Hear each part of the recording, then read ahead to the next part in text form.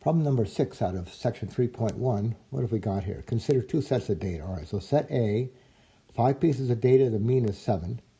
Set B, 50 pieces of data, and the mean is also 7.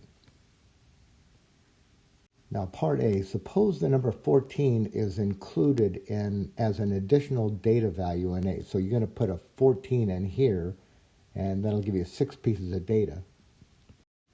Now, can we find the new mean? So how about in part A? Here's what we know. All right, first of all, n is equal to 5. And when that's true, x bar is 7. Now, I know a mean, I can get the mean like this, right? If I add up the x's and divide by n, I get the mean. So this would give us, if I add up the x's and I multiply through by n, I'll get n times x bar, and I think that was part of the hint. Now we know this. If I add 14 here, well, first of all, this will be what? 5 times 7. All right, so if I just add up the x's, I get 35. Now add 14, right? Include 14. So what I'm doing here is this. In the mean, to get the mean, I add up the x's, divide by n. All right, so what do I get if I add up the x's? Well, I get 35, right? N times 7. 5 times 7. All right, so if I add up the x's, I get 35. Now add 14 into that. So I'll get the sum of the x's plus 14, but now I got 6 pieces of data. Now if I add up the x's I just found, I get 35 plus 14 over 6, 49 over 6, and 49 over 6, when I did that,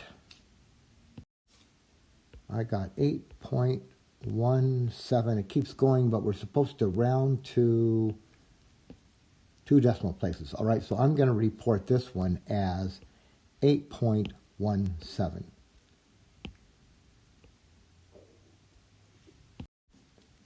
We have n equal to 50 this time. X bar is still 7. All right, now, we know by formula that if we add up the x's and divide by the total number we have, we'll get x bar. So if we add up the x's, multiply by n, we'll get n times x bar. So the sum of the x's in this case is going to be 50 times 7. So if we just add up the x's, we're going to get 350. Now, toss in another 14, all right? So I'm going to add up the x's. I got 350 already. Put in a 14, but now we got, what, 51 pieces of data. Right, we had 50, we added the 14. So now, where are we? We are at 364 divided by 51. And that gives me a mean of if I round off, 7.14. 7.14.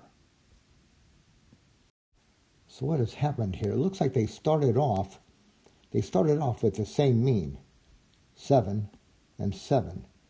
But now, what's happened down here? The mean of the first is 8.17, and the mean of the second is decreased.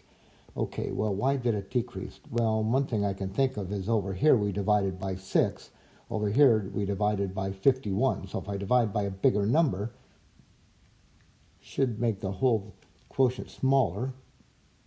So I'm thinking this one right here, right? Set B has a larger number of data values than set A. So to find the mean of B, we divide the sum by the values of a larger number, right? That's what we just said. We're dividing by 51 instead of just 6. So I'm going to go with this right here. And if I have to put my answers in, I guess up here I'd put in 8.17. Here I'm going to put in a 7.14.